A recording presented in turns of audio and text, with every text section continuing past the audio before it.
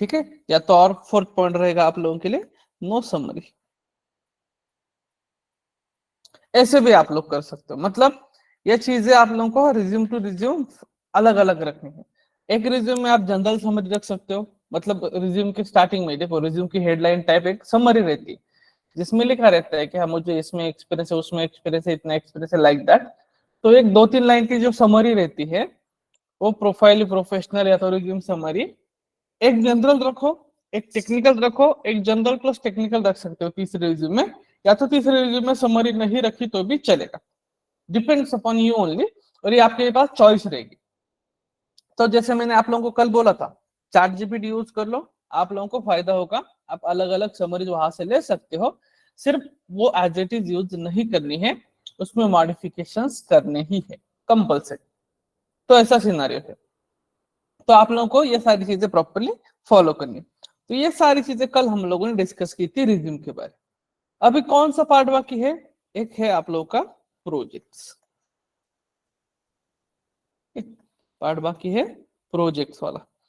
Project में देखो बहुत सिंपल सा सिनारियो है, आपके रिज्यूम में एक प्रोजेक्ट होगा चलेगा, 2 हो गए चलेगा, 3 हो गए चलेगा, या 4 होगा तो भी चलेगा। लेकिन इंपॉर्टेंट फैक्टर क्या है, उसको बहुत ज्यादा डिटेल में वहां पे बताने की जरूरत नहीं है। कोई भी आप प्रोजेक्ट ऐड करते हो, एक ऐड करते हो, 2 ऐड करते हो, 3 ऐड करते हो, 4 भी ऐड कर देते हो, तो भी प्रोजेक्ट के बारे में चीजें कौन सी रहेगी, देखो बहुत सिंपल सा फैक्टर। एक, प्रोजेक्ट का नाम वहां पे डाल दो, ठीक है। 2, सिंपल प्रोजेक्ट का डोमेन,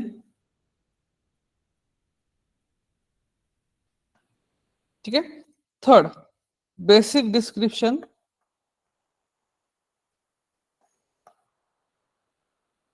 और no description, and fourth point your roles and responsibilities.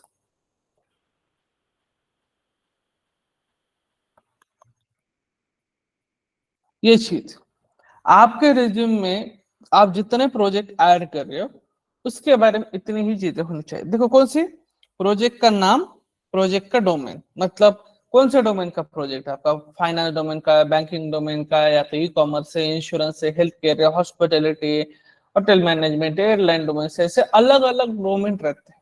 तो आपका प्रोजेक्ट कौन से डोमेन का है वो वहां पे लिख दो। एक रहेगा प्रोजेक्ट का नाम, दूसरा रहेगा प्रोजेक्ट का डोमेन।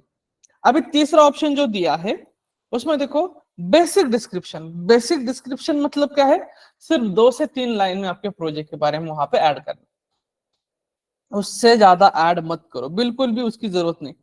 ना ही इंटरव्यूअर वो रीड करते बैठेगा, ना ही एचआर वो रीड करते बैठेगा, और रिज्यूम की लेंथ बढ़ाना नहीं है। उस चीज की वजह से, उस थ्योरी पार्ट की वजह से रिज्यूम को लेंदी बनाना नहीं है, क्योंकि हमारा रिज्यूम जो रहेगा वो 2 से 3 पेजेस में रहेगा, ना ही 1 पेज में, ना ही 4 पेजेस में, सिर्फ 2 से 3 पेजेस में हमें हमारे रिज्यूमे मेंटेन करने। जो जो लोग सोचते हैं कि 1 पेज का रिज्यूमे जो होता है वो प्रोफेशनल रिज्यूमे होता है, टोटली गलत बात है।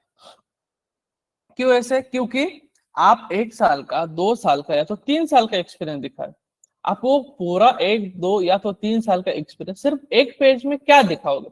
उसमें आपका पर्सनल डेटा रहेगा, उसमें आपकी कंपनी के बारे में इंफॉर्मेशन रहेगी, आप लोगों के प्रोजेक्ट्स रहेंगे, उसमें स्किल्स रहेंगे, आपके अदर कोई चीजें रहेगी, एजुकेशन रहेगा।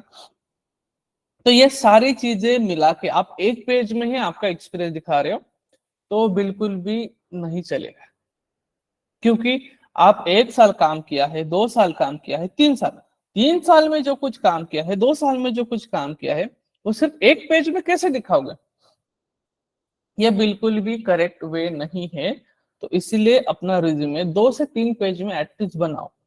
चलो 3 पेज का नहीं बनाना है तो एटलीस्ट 2 पेजेस का रिज्यूमे होना चाहिए, जिसमें इंफॉर्मेशन जो टेक्निकल पार्ट है थोड़ा सा डिटेल में होना चाहिए। बाकी चीजों के साथ किसी को कुछ लेना देना नहीं रहता है आपके, लेकिन टेक्निकल पार्ट के साथ लेना देना होता है इंटरव्यूअर को और एचआर को भी। तो इसीलिए आपका जो एक्सपीरियंस है वो डिटेल में थोड़ा सा दिखाओ कि हाँ मुझे इसमें ये नॉलेज है, उसमें वो थोड़ा सा एक्सपर्टाइज हो, या तो हैंड्स ऑन हो, या तो strong knowledge, good experience, strong experience, expertise, ऐसे सारी चीजें वहां पे थोड़ा सा लिख के डिटेल में ऐड करो। लेकिन एक पेज का रिज्यूमे मत बना, वो फायदे की चीज नहीं है ज्यादा। ठीक है, तो प्रोजेक्ट के बारे में हम लोग देख रहे थे कि प्रोजेक्ट का नाम, प्रोजेक्ट का डोमेन।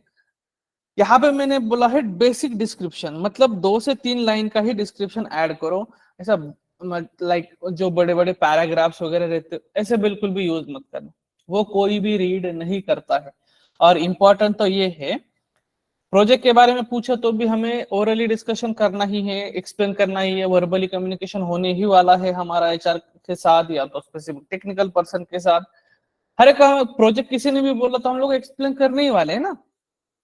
तो अगर एक्सप्लेन करना ही है इंटरव्यू के टाइम पे, तो इसको डिटेल में थ्योरी ऐड करने की जरूरत क्या है? तो इसलिए वहां पे रिज्यूम में डिटेल में डिस्क्रिप्शन ऐड नहीं करना है।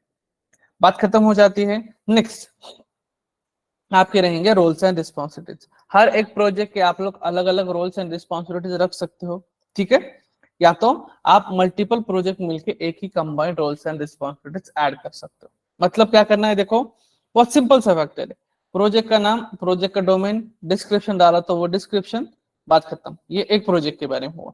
सेम चीज है 1, 2 और 3 दूसरे प्रोजेक्ट के बारे में। देन अगर तीसरा भी प्रोजेक्ट ऐड कर रहे हो तो तीसरा भी प्रोजेक्ट के बारे में सेम चीज है, ऐसे आप लोग ऐड करोगे। एंड ये प्रोजेक्ट की सारी चीजें खत्म होने के बाद नीचे कॉमन रोल्स एंड रिस्पॉन्सिबिलिटीज ले सकते हो।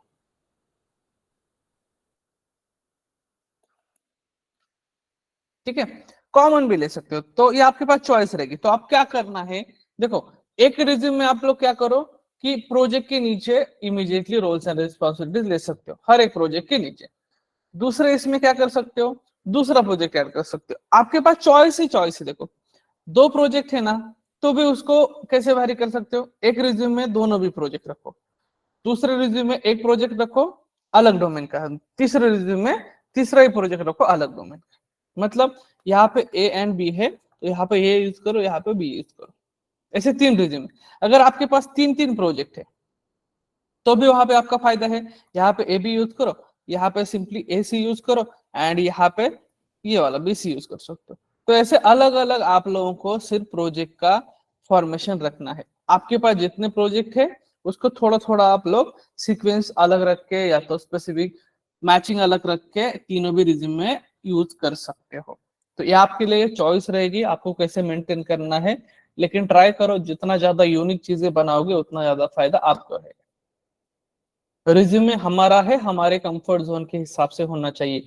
किसी ने ऐसा बोला है तो ऐसा ही करना है, किसी ने वैसा बोला है तो वैसा ही करना चाहिए, मेरे दोस्त ने ये सजेशन दिया तो मैं ये ट्राई करता हूँ।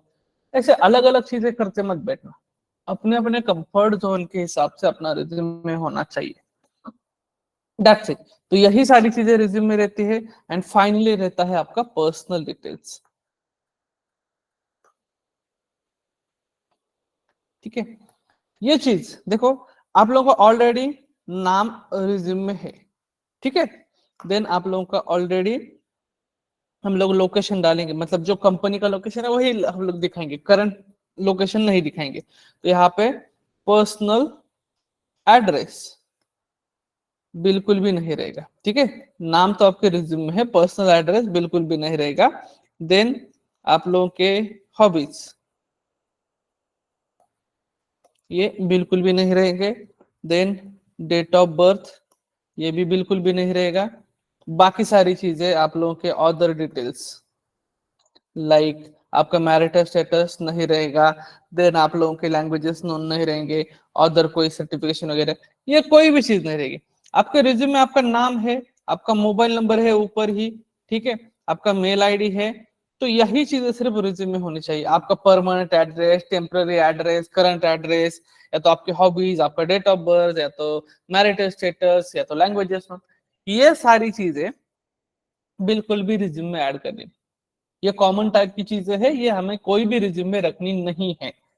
अपना पर्सनल एड्रेस वगैरह कहीं पे भी ऐड मत करना। ना ही आपकी डेट ऑफ बर्थ होनी चाहिए, ना ही आपका मैरिटल स्टेटस होना चाहिए, ना ही आपकी हॉबीज होनी चाहिए, ना ही आपकी लैंग्वेजेस हो। ये सारी चीजें बिल्कुल भी जरूरी नहीं है रिज्यूम पे, तो वो ऐड मत करो बिल्कुल भी। और वैसे भी हम लोग 3 3 रिज्यूमे बनाने, तो तीनों भी रिज्यूमे में सेम चीजें रखनी नहीं है ये, इसलिए ये चीजें बिल्कुल भी ऐड नहीं करनी। जब कोई एचआर आपको आपका एड्रेस पूछेगा तो आप कहाँ से हो ये पूछेगा तो आप वहां पे वर्बली कम्युनिकेट कर सकते हो उसके साथ, डिस्कशन कर सकते हो आप, लेकिन रिज्यूम में ये चीजें बिल्कुल भी ऐड नहीं करनी है। पहले से ही ये सारी चीजें बिल्कुल भी शो मत करो, बात खत्म हो जाती है। तो पर्सनल डिटेल्स टोटली ऑप्शन जो रहेगा वो अवॉइड कर दो। ऑलरेडी ऊपर आपका मोबाइल नंबर है, ईमेल आईडी है, आपका नाम है, उतना ही सफिशिएंट है। जिन जिन लोगों ने रिज्यूम में अपने पर्सनल डिटेल्स वगैरह डालने की कोशिश की है वो अभी हटा दो, ठीक है। 3-3 रिज्यूम में जब जब बनाओगे आप लोग, तब अपने पर्सनल पार्ट बिल्कुल भी उस रिज्यूम में नहीं होना चाहिए। हम लोग क्या दिखा रहे हैं कि ये तीनों भी रिज्यूम में अलग अलग पर्सन के, तो वहां पे वो कॉमन चीजें ऐड करके वो फायदा नहीं होगा, तो इसलिए वो बिल्कुल भी ऐड नहीं करनी। तो पर्सनल डिटेल्स वाला ऑप्शन, इसको टोटली जो रिज्यूम में आपके at the end of the part, जो पूरा पार्ट है उसके नीचे कुछ कुछ लोगों ने लिखा रहता है, तो वो हटा दो, उसकी जरूरत नहीं होती है, ठीक है। ये सारी चीजें हो गई, इतने सारे पॉइंट्स हमारे कंप्लीट हो गए, ठीक है। अभी नेक्स्ट 8-9 या तो 10 पॉइंट भी कंप्लीट हो गए प्रोजेक्ट के बारे में। अभी नेक्स्ट पॉइंट है आप लोगों का 11th एजुकेशन, ठीक है। एजुकेशन के बारे में, तो एजुकेशन में देखो आप लोगों को बस सिंपल सा फैक्टर है, सिर्फ आप लोगों की जो हाईएस्ट क्वालिफिकेशन है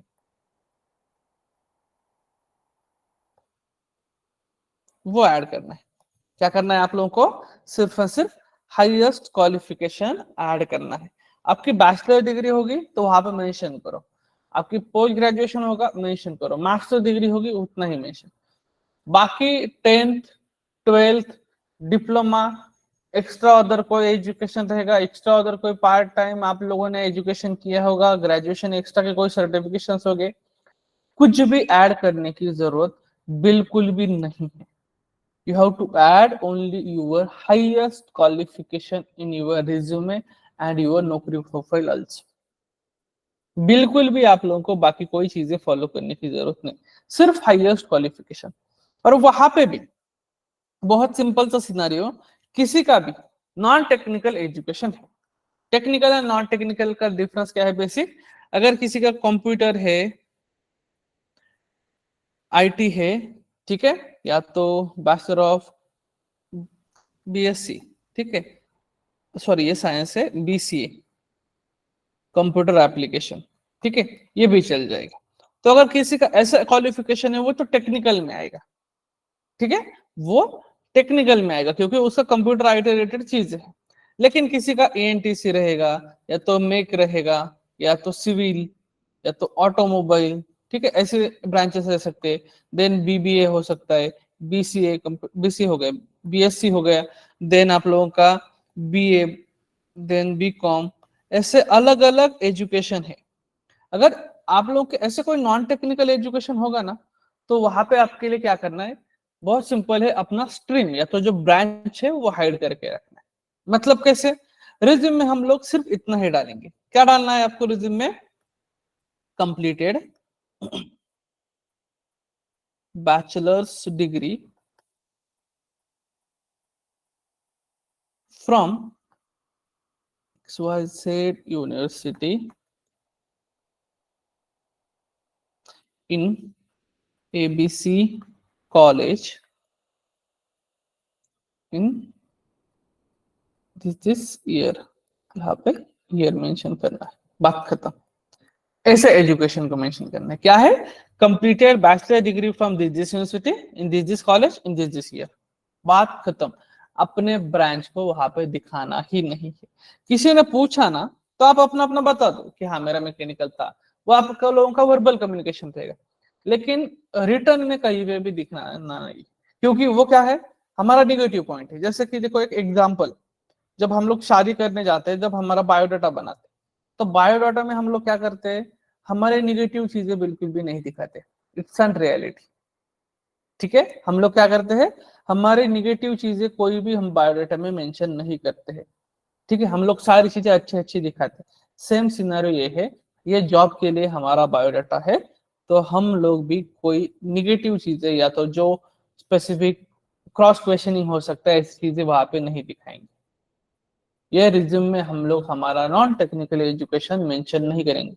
मतलब बहुत सिंपल है, खुद के हाथ से खुद के पैर के ऊपर कुल्हाड़ी नहीं मारनी, उस इंटरव्यूअर को चांस नहीं देना है कि वो खुद से आके पूछे कि हाँ तुमने तो यहाँ पे मैकेनिकल मेंशन किया है, तो बताओ मैकेनिकल से आईटी में कैसे आए, क्यों आए, और स्पेसिफिक उस फील्ड में आपको अपॉर्चुनिटी नहीं मिली क्या, तो आईटी में आए तो कैसे एंट्री किया, तो फ्रेशर करियर कैसे स्टार्ट किया। ये सारी चीजों के साथ डील करने की जरूरत नहीं पड़ी। अगर आप खुद से मेंशन कर देते हो तो इंटरव्यूअर रीड भी कर सकता है, वो इसके ऊपर क्वेश्चन भी पूछ सकता है। अगर आप मेंशन ही नहीं करोगे तो उसके भी दिमाग में नहीं आएगा। ऐसा रेयर कोई इंटरव्यूअर रहेगा तो वो पूछ सकता है, लेकिन 95 to 99% तक एचआर, मतलब जो कोई भी रहेगा, एचआर रहेगा या तो टेक्निकल पर्सन, उसके ध्यान में नहीं आएगा कि आपका एजुकेशन का क्या है, क्योंकि आपने वहां पे ब्रांच मेंशन नहीं की है इसलिए। तो ऐसे आप लोगों को ये दिमाग लगा के सारी चीजें करनी है। अपना नॉन टेक्निकल एजुकेशन, मतलब आईटी रिलेटेड कोई टेक्निकल एजुकेशन नहीं है, तो उसको जो नॉन टेक्निकल रहेगा, mechanical degree, civil degree, automobile, NTC, या तो और कोई आप लोगों का एजुकेशन रहेगा, उसको स्पेसिफिक मेंशन मत करो। सिर्फ यूनिवर्सिटी का नाम, कॉलेज का नाम एंड ईयर लिखा तो भी चलेगा। चलो ऐसा भी नहीं है कि बहुत ज्यादा पुराना ईयर है ना, वो भी नहीं दिखाया तो भी चलेगा। मतलब किसी के पास आउट ईयर 2014 दिखाने की जरूरत नहीं, यहां तक ही दिखाओ कि मैंने बैचलर डिग्री की है दिस यूनिवर्सिटी से एंड दिस कॉलेज से, बात खत्म। कॉलेज का ड्यूरेशन डाल सकते हो आप लोग, ये भी कर सकते हो। तो आपके पास ये सारी चॉइसेस है, तो उसको अच्छी तरह से यूज करो। ठीक है, ऐसा नहीं कि हाँ चलो बैठे 10-15 मिनट में आप लोगों को हाँ ये लगा ऐड कर दिया, वो लगा ऐड कर दिया, हाँ सारी चीज ऐड कर दी, खत्म। सिर्फ दिमाग लगाना है बेसिक सा कि कौन सी चीजें हमारी पॉजिटिव तरीके से जा सकती है, कौन सी चीजों के ऊपर क्रॉस क्वेश्चनिंग किया जा सकता है, तो उसके हिसाब से रिज्यूम को प्रिपेयर कर। तो यही सारी चीजें रहती है हमारे रिज्यूम में, बाकी कुछ भी नहीं। तो इतने सारे पॉइंट्स आप लोगों को फोकस करने हैं हमेशा रिज्यूम में, एंड वो रिज्यूम को प्रिपेयर करना है। तो फाइनली ये सारी चीजें सिर्फ और सिर्फ रिज्यूम के रिलेटेड थी, जो हमारी कंप्लीट हो चुकी है।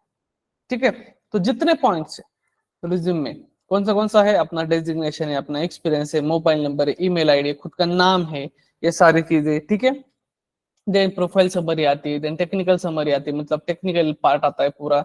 देन वो सारी चीजें होने के बाद वर्क हिस्ट्री आ जाती है, प्रोजेक्ट्स आ जाते हैं, एजुकेशन आ जाता है। ये सारी चीजें मिला के एक रिज्यूमे रेडी हो जाता है। और आप लोगों को ऐसे 3 रिज्यूमे प्रिपेयर करने हैं, जो टोटली अलग अलग फॉर्मेट्स में रहेंगे। तीनों भी रिज्यूमे ओपन कर लेता हूँ ना, तो पूरे के पूरे अलग अलग दिखने चाहिए। दिखने में भी उसका डेटा जो रहेगा अंदर का वो भी शफल करना है, सेंटेंसेस को थोड़ा थोड़ा अलग अलग ओन लैंग्वेज में मेंटेन करना है। आप लोगों को ये चीजें प्रॉपरली क्रिएट करनी है। इसका फायदा सिर्फ एंड सिर्फ आपको होने वाला है, बाकी किसी को भी नहीं। ठीक है, तो ऐसे आप लोगों को रिज्यूम प्रिपेयर करने हैं, दैट्स इट। तो रिज्यूम में होने के बाद, ठीक है, जब आप लोगों के तीनों भी रिज्यूमे रेडी हो जाएंगे, तो वो तीनों भी रिज्यूमे हमें 3 नौकरी प्रोफाइल के ऊपर अपलोड करने हैं। हमें क्या क्रिएट करने हैं, 3 नौकरी प्रोफाइल्स। अभी ये जो 3 नौकरी प्रोफाइल्स आप लोग क्रिएट करोगे, ठीक है, बहुत सिंपल सा फैक्टर देखो। जैसे एक बैंगलोर के लिए रिज्यूम बनाया तो बैंगलोर का एक प्रोफाइल रहेगा, मुंबई के लिए एक रिज्यूम बनाया तो मुंबई का एक प्रोफाइल रहेगा, एंड नोएडा अहमदाबाद के लिए एक रिज्यूम बनाया तो उसका एक प्रोफाइल रहेगा। एंड उसके हिसाब से हम लोग सिटीज को भी डिवाइड करेंगे। मतलब सिनारियो ऐसा है कि आप लोगों को अपने रिज्यूम के हिसाब से अलग अलग नौकरी प्रोफाइल बनाने हैं, एंड जो प्रेफर्ड लोकेशंस होते हैं उसको वो रीजन वाइज या तो स्टेट वाइज डिवाइड करने होते हैं। यही मेन सिनारियो है नौकरी प्रोफाइल्स में। तो ये अभी कैसे फॉलो करना है देख लो।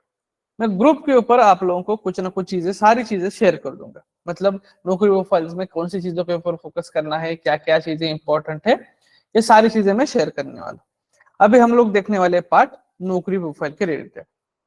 ठीक है, तो सेकंड पार्ट है हमारा, रिज्यूम कंप्लीट हो गया, अभी सेकंड क्या है, नौकरी प्रोफाइल्स। ठीक है, अभी नौकरी प्रोफाइल्स में देखो, थोड़ा सा इसको जूम कर लेता हूँ।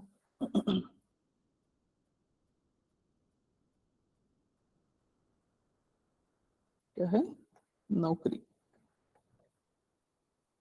ठीक है, अभी सिनारियो, उसमें कौन सी चीजें रहती है, एक रहता है आप लोगों का रिज्यूमे, सेकंड आप लोगों का स्पेसिफिक वर्क हिस्ट्री, या तो उसको बोलेंगे एम्प्लॉयमेंट पार्ट, थर्ड आप लोगों के की skills, fourth IT skills, fifth देखो आईटी स्किल्स होने के बाद आप लोगों का नेक्स्ट पार्ट है प्रोफाइल, या तो करियर समरी या तो profile summary. Six resume headline,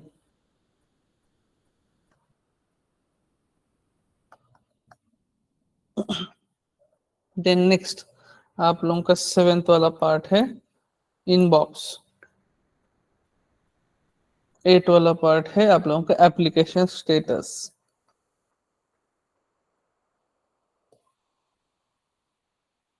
ninth how to apply and filter the jobs,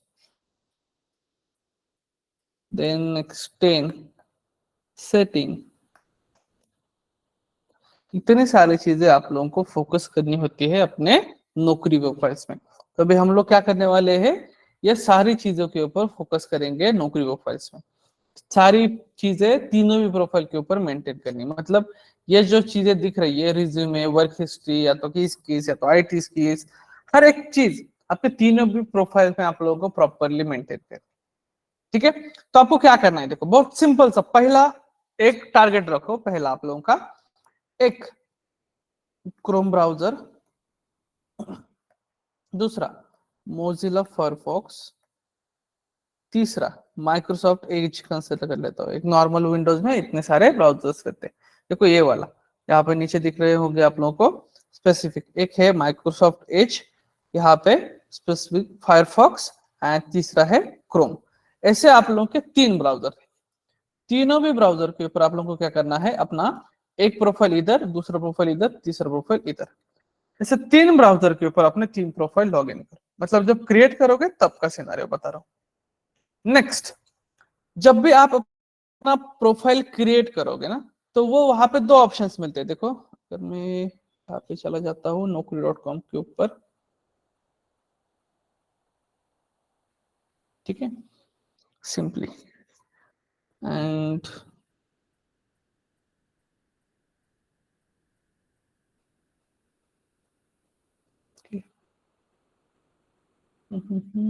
इस पे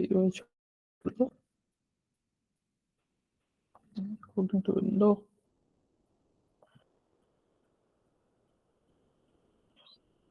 चलो नौकरी हिट किया, तो नेक्स्ट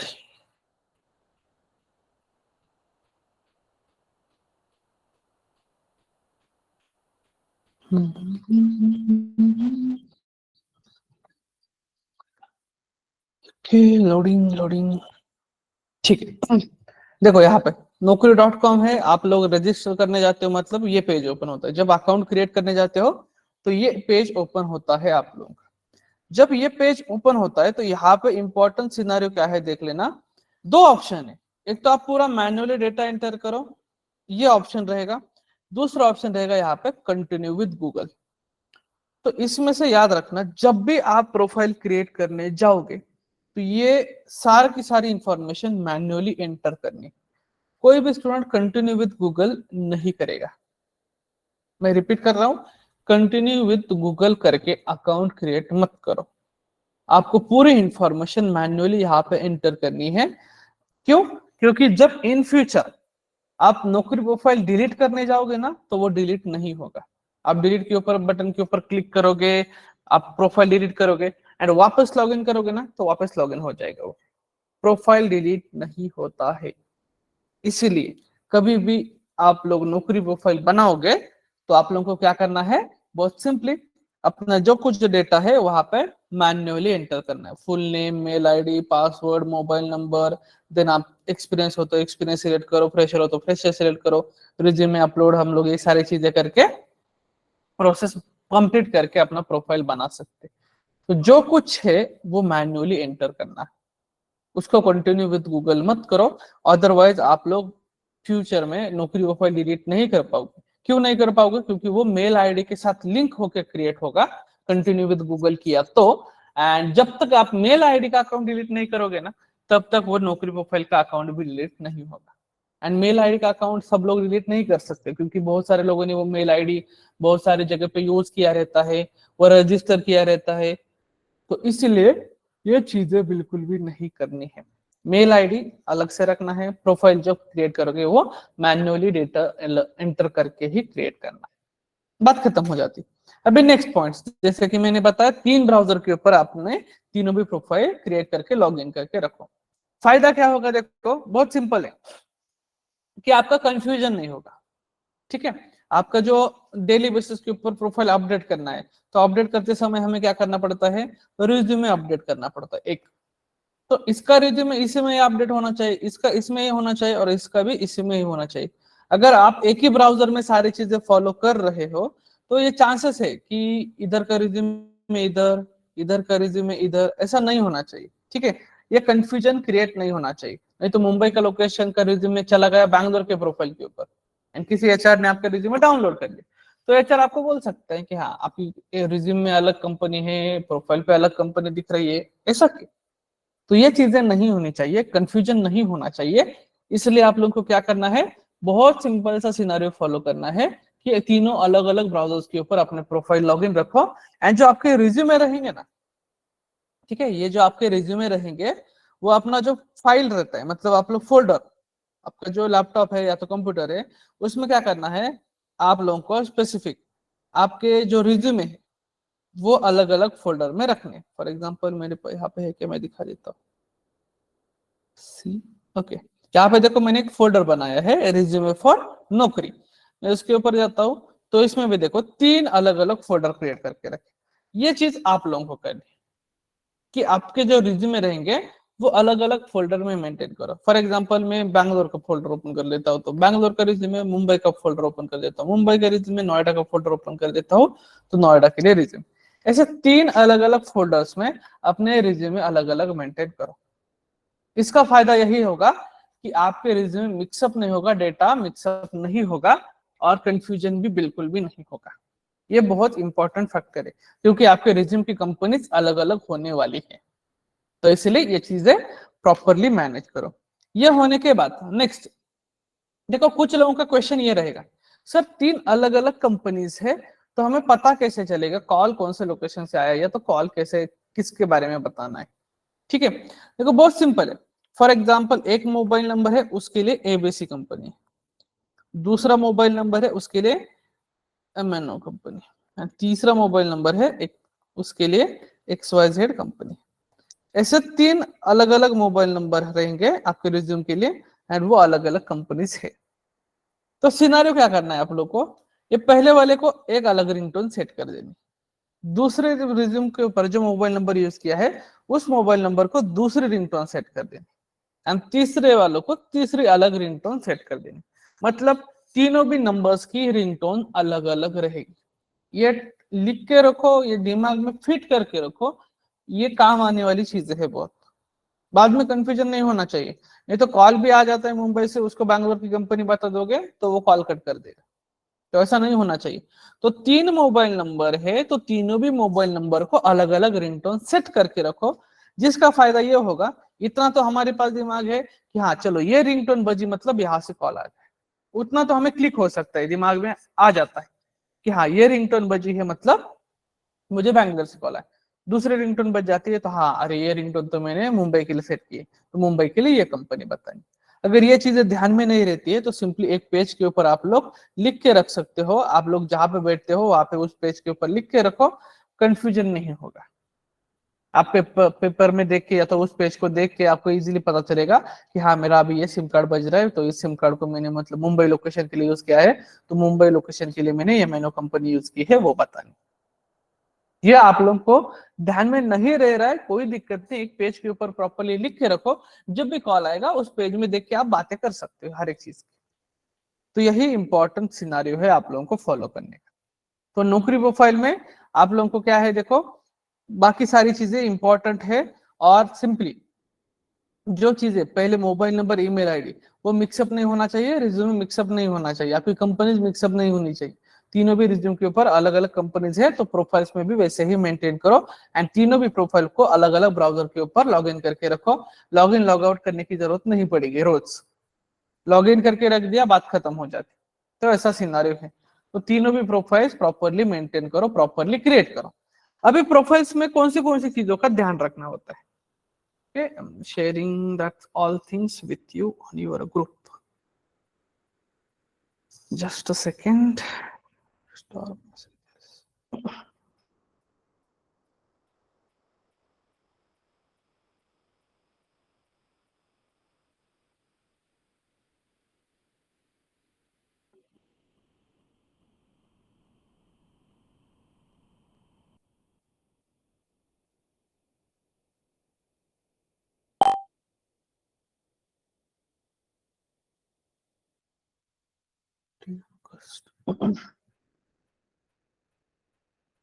स्किल्स वाला हुआ।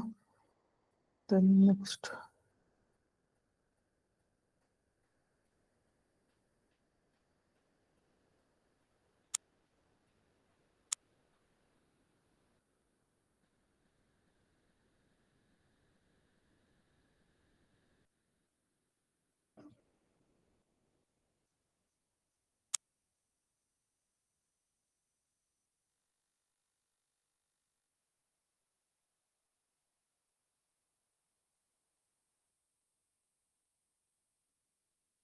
IT skills। अपने व्हाट्सएप के ग्रुप चेक कर लो, उसके ऊपर में सारी इंफॉर्मेशन ऐड कर रहा हूँ।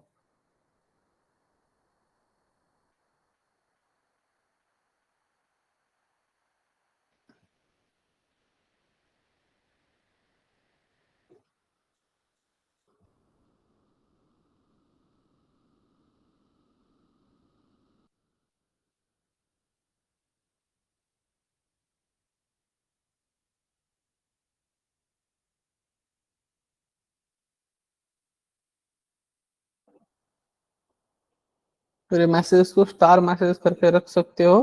इसका फायदा आपको जब प्रोफाइल क्रिएट करोगे उस टाइम पे होगा। IT skills, IT skills।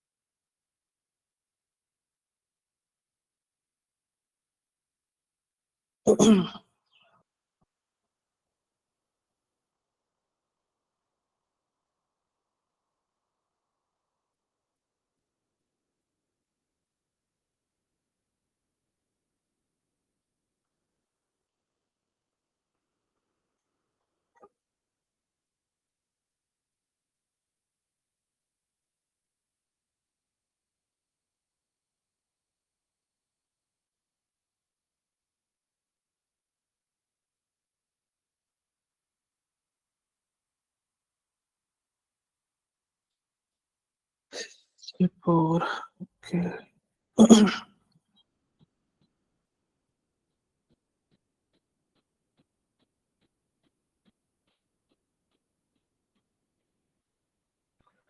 और सर जो प्रोजेक्ट लगाने हैं वो मशीन लर्निंग के और डीप लर्निंग और एनएलपी तीनों के भी लगाने हैं या सिर्फ कोई भी मशीन लगाए लर्निंग तो के भी लगाने? चलेगा। वो मशीन तो लर्निंग के तीनों भी लगाए तो चलेगा? तो भी चल जाता है, कोई दिक्कत नहीं। ओके। कौन से ऑर्गेनाइजेशन में किस चीज के ऊपर काम मिल सकता है ये हमें थोड़ी पता होता है ना। तो आपने अगर मशीन लर्निंग के तीनों भी प्रोजेक्ट के ऊपर काम किया है ऐसे दिखाए तो भी चल जाता है। Okay. Just second. Okay, preferred locations, ठीक है वो ऐड हो गए। And last.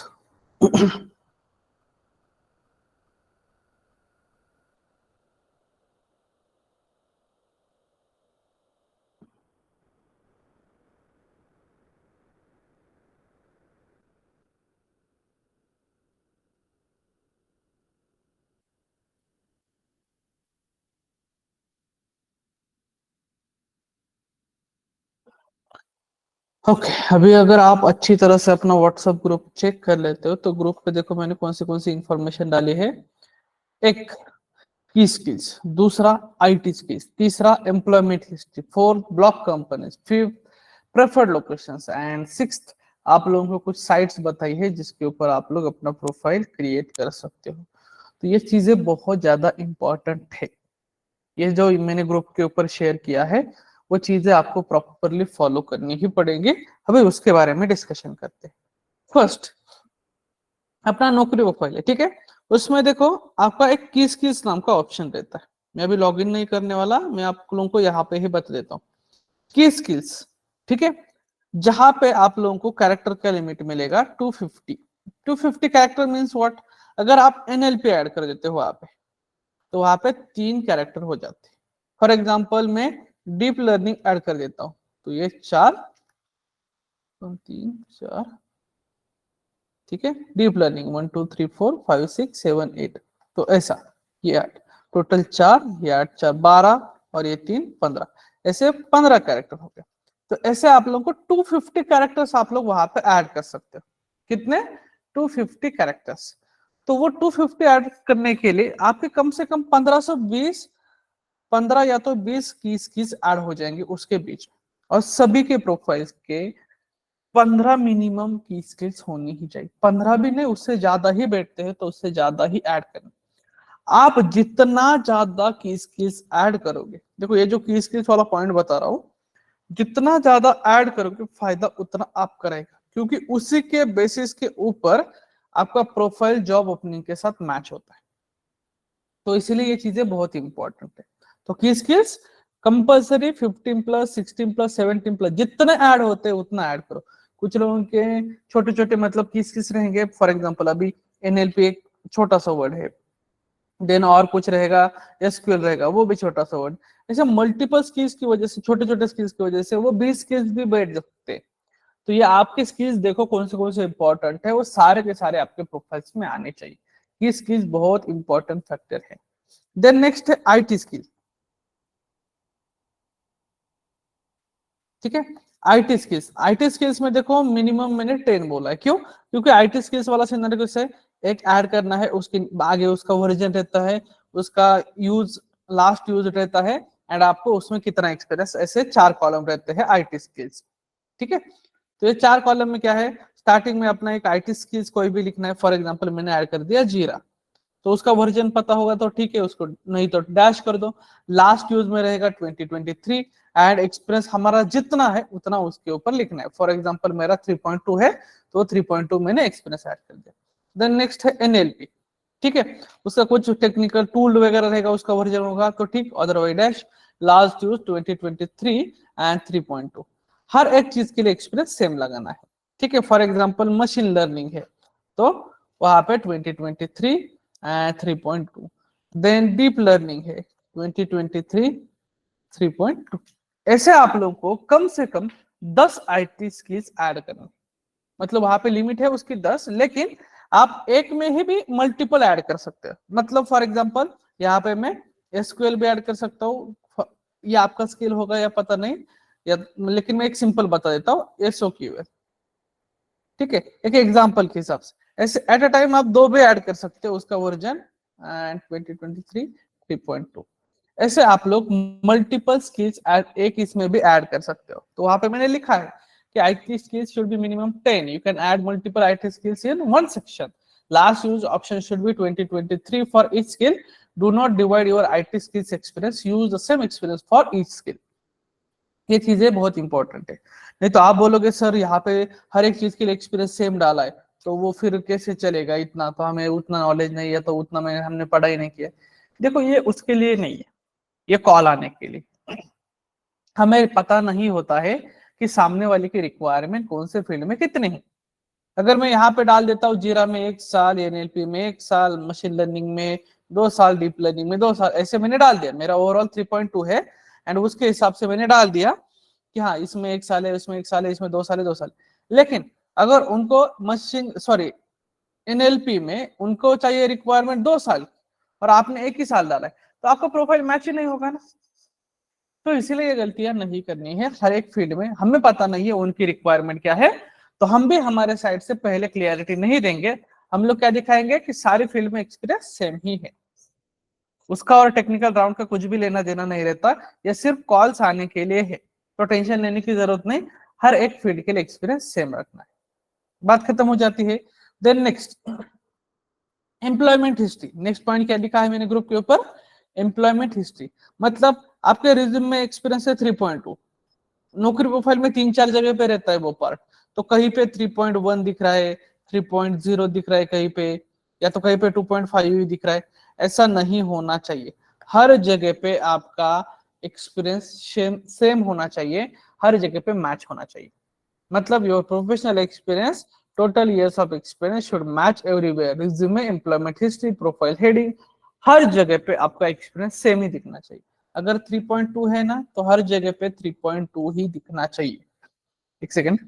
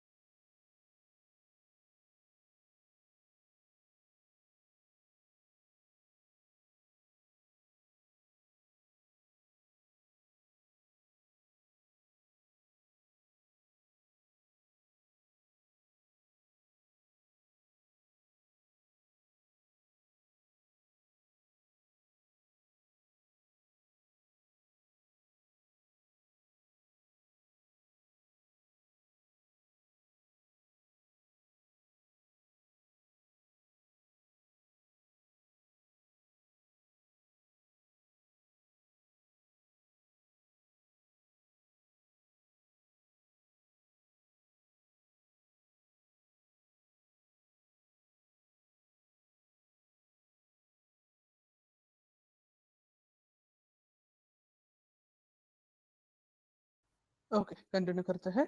तो सिंपली ये बता रहा था कि आप लोगों का एक्सपीरियंस आपने जो रिज्यूम के ऊपर ऐड किया है, तो हर जगह पे सेम होना चाहिए, क्योंकि आप लोग वहां पे ज्वाइनिंग मंथ डाल देते हो, ज्वाइनिंग ईयर डाल देते हो, तो वो नौकरी प्रोफाइल में आपका कैलकुलेशन करता है।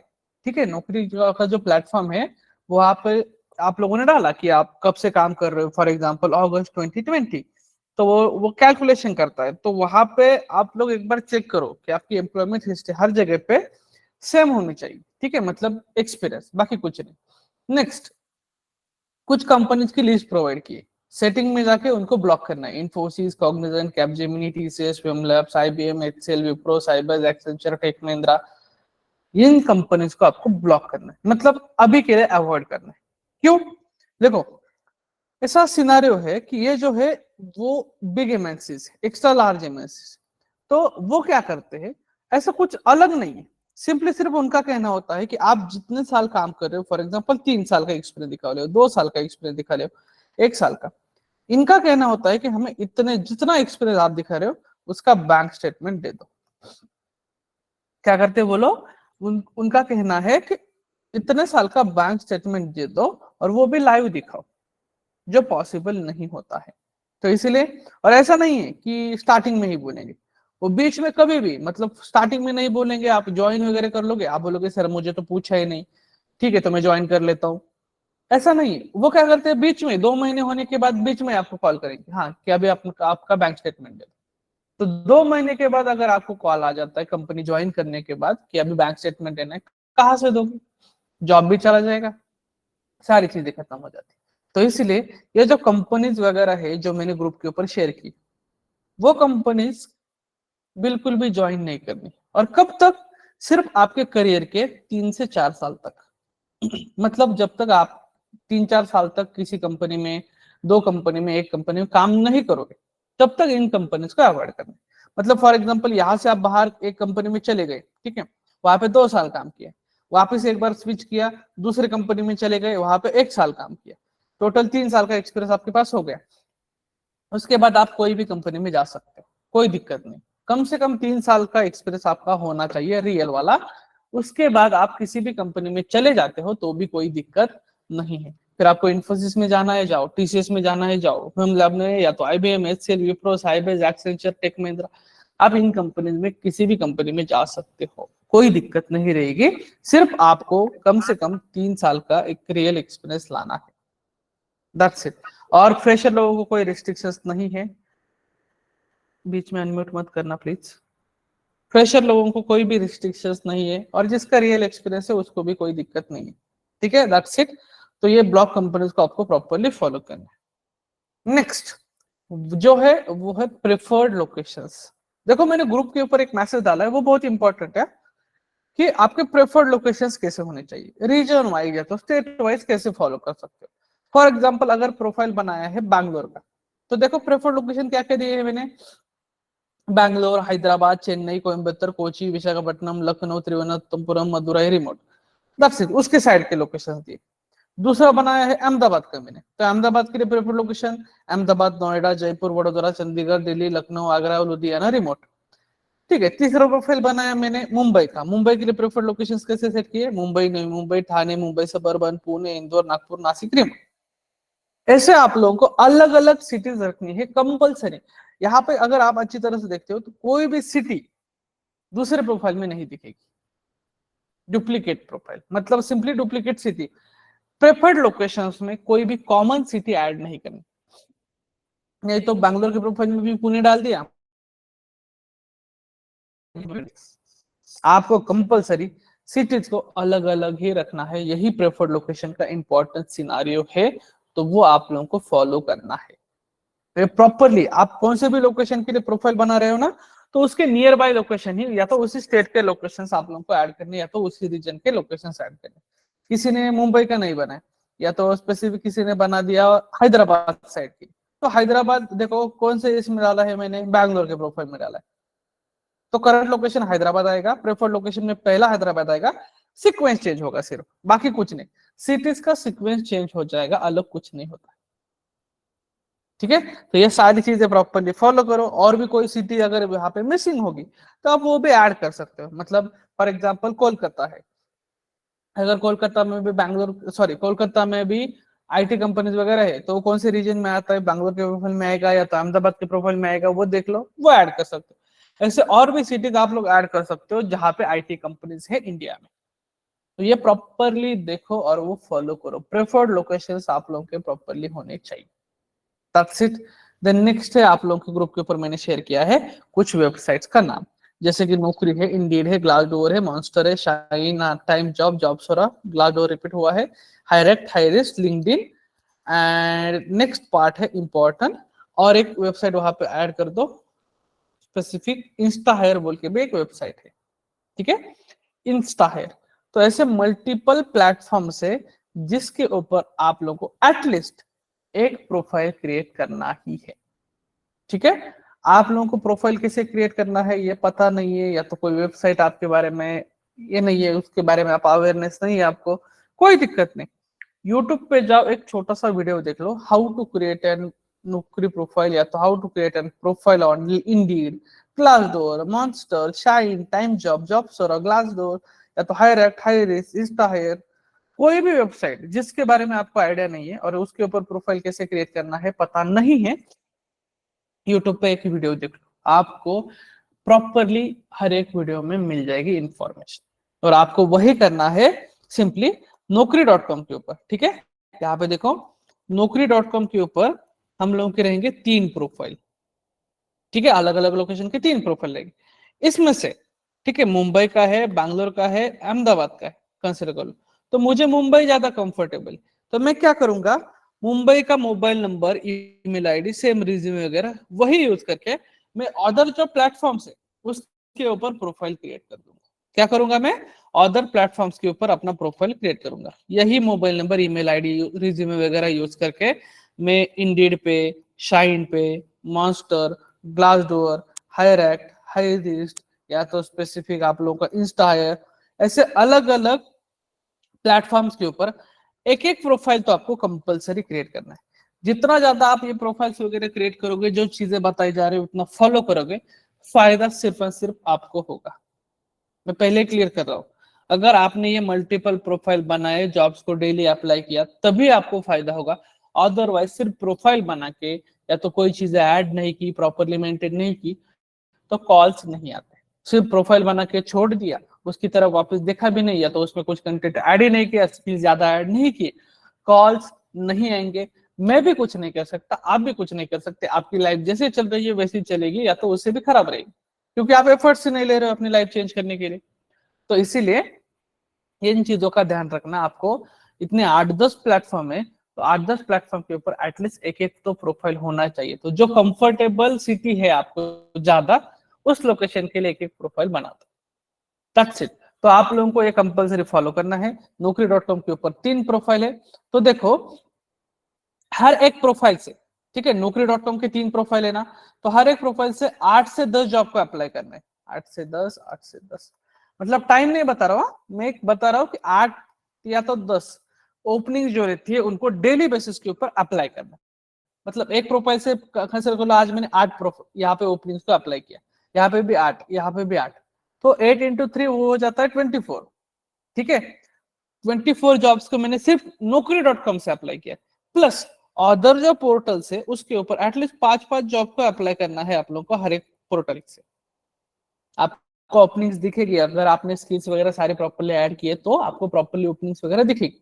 तो अगर मैं हर एक प्रोफाइल से 5-5 जॉब को भी अप्लाई कर देता हूँ, तो 6, 7, 8, 9 ऐसे कुछ तो वेबसाइट से, तो अगर मैं 9 वेबसाइट से इंटू 5 कर देता हूँ तो वो 45 हो जाता है, प्लस ये 24, तो 25 भी कंसिडर कर लेता हूँ, तो कम से कम आप दिन भर में 60-70 जॉब्स को अप्लाई कर रहे हो।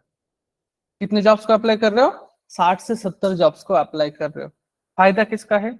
आपका ही। आप जितना ज्यादा जॉब्स को अप्लाई करोगे उतना ज्यादा फायदा आपको ही होने वाला है। तो ये चीजें बहुत इंपॉर्टेंट है, इतना याद रखना। आप अगर ये फॉलो नहीं करते हो, जॉब्स को अप्लाई नहीं करते हो, तो आपको कॉल्स नहीं आएंगी। जॉब्स को अप्लाई करना बहुत ज्यादा जरूरी है। तो ये चीजें प्रॉपर